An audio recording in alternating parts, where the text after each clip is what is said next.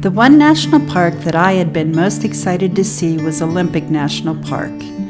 We spent our first night in Claylock Campground, but then headed to Forks the next morning for Mass and to get some supplies.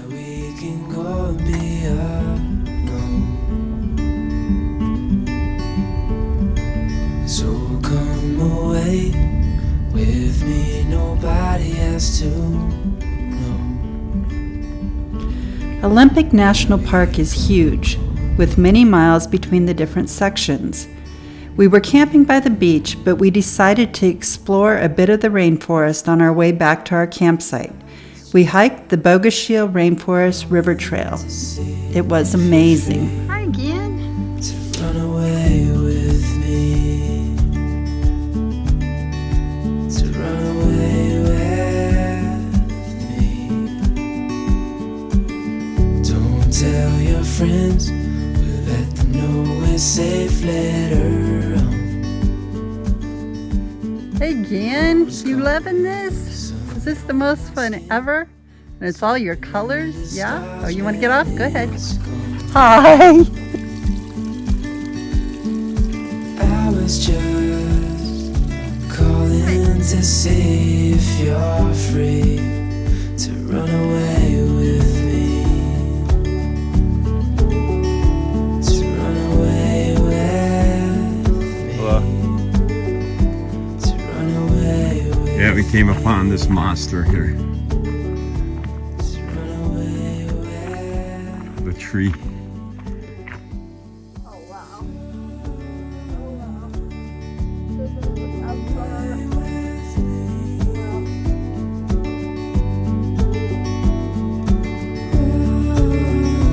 Pretty impressive.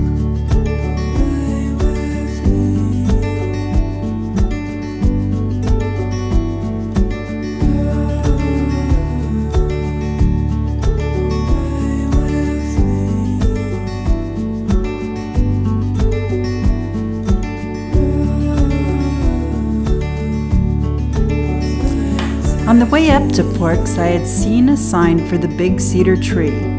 Since the trees that we were seeing were so spectacular, I begged Brian to take a detour to see it. Or so I thought.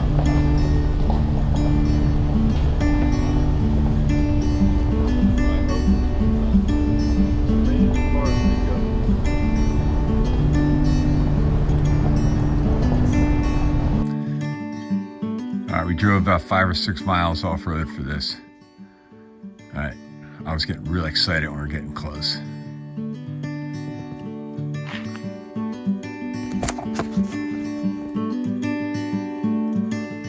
Yep, world's largest dead tree.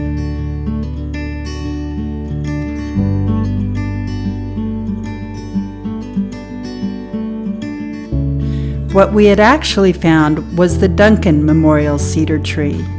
However, I was very persistent, so the next day we did find the big cedar tree, which was a pretty spectacular, nearly 1,000-year-old western red cedar, although it might have been slightly dead as well.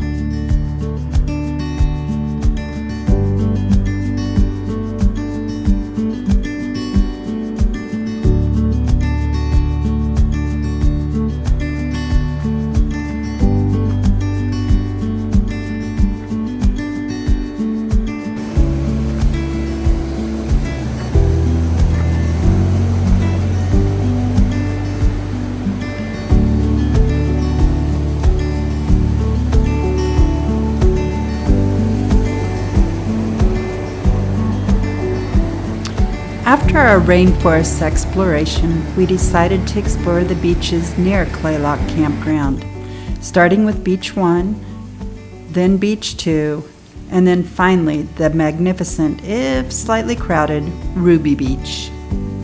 The beaches were dog-friendly, so Guinness made sure to leave his mark.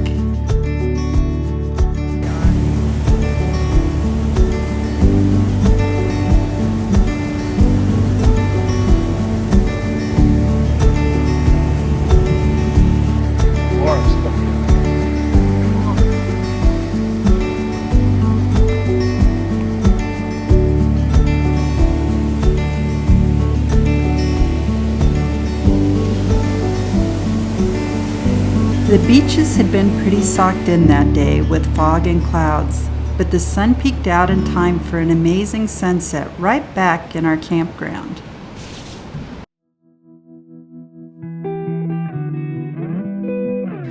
Brian explored the area south of us on his bike the next morning, while I explored the beach by our campground. Running low on the borderline. Of the hiking trail. And you tell me that you're doing fine. Morning color lights the hall. Brian got clouds and rain, but I got beautiful sunshine, and I got to see the tree of life, a tree that seems to defy nature with an exposed root system. I know a place where the sun shines every day. That rainy night, we needed internet, which was sadly lacking in our campground. So we found a campground with a tiny bit of connection. This black Cybertruck, miles from any town, kept circling around the parking lot. The next morning dawned clear and sunny. We walked directly from our campsite to the beautiful beach below us. As we hiked north along the beach, we saw so many beautiful trees, springs, rock formations, birds, and tidal pools. We enjoyed our walk so much that we almost got cut off by the incoming tide. At one point, my foot was completely submerged in what I called quicksand. So to all that feeds your soul,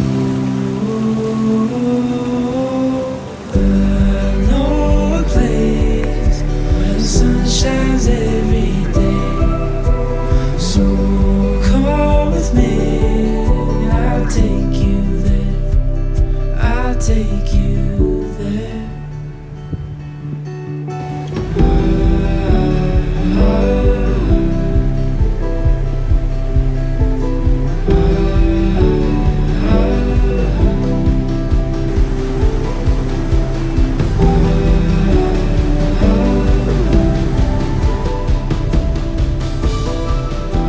Unfortunately, the good weather ended as we headed to Ruby Beach for sunset, and we got clouds instead of color. I ended the night with the Dark of the Moon pumpkin stout, which I thought was fitting, as we were heading closer to Forks tomorrow, where it was the Twilight Festival. Our next campsite was in the Hoh Rainforest. This can be a crazy busy part of the park, but since we were there a little off-season, we didn't hit too many crowds. Our campsite was beautiful, but surprisingly, it was in the open and not in the trees.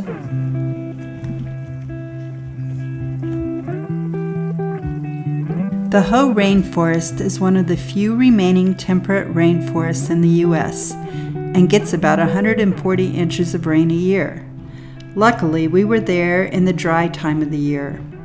As we hiked the Hall of Mosses Trail, we caught up to a super interesting ranger talk. Clear all this dead wood. We got to clear the ground. We got to plant new young trees, right? We got to do it better, right? And there's some logic to that. Don't get me wrong. The problem with that is we didn't realize for a very long time that a tree does not stop being useful for the forest just because it's dead.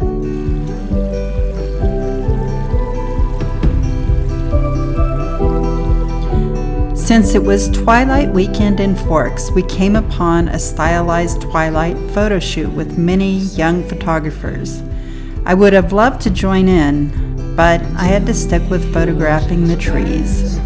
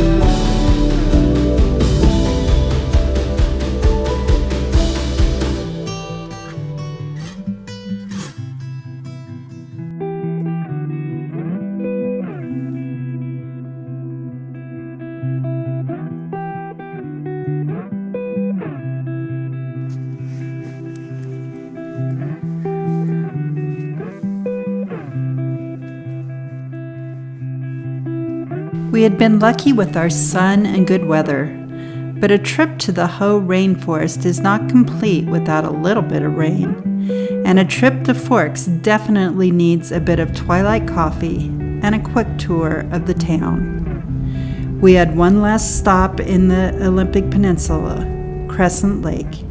We had not been able to get a campsite there, so we wanted to at least stop and see this beautiful lake on our last day. The weather did not look promising.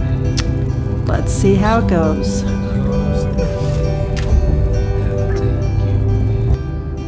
I'll take you.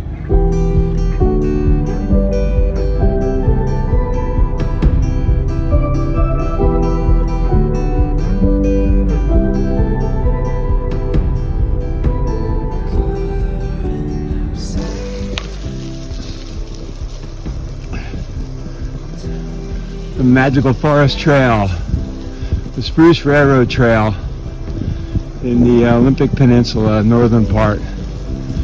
It's about noon, maybe 60 degrees, stopped raining, sun's trying to peek through the trees. Awesome.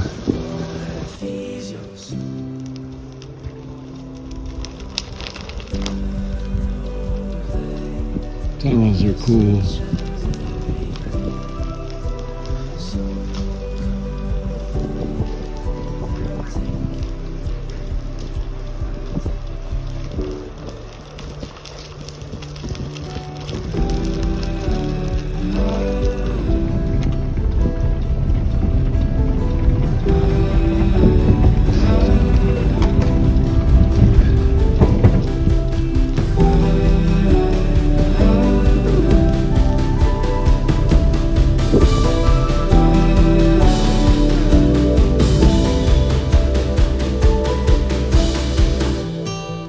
It was a bittersweet feeling leaving the Olympic National Park.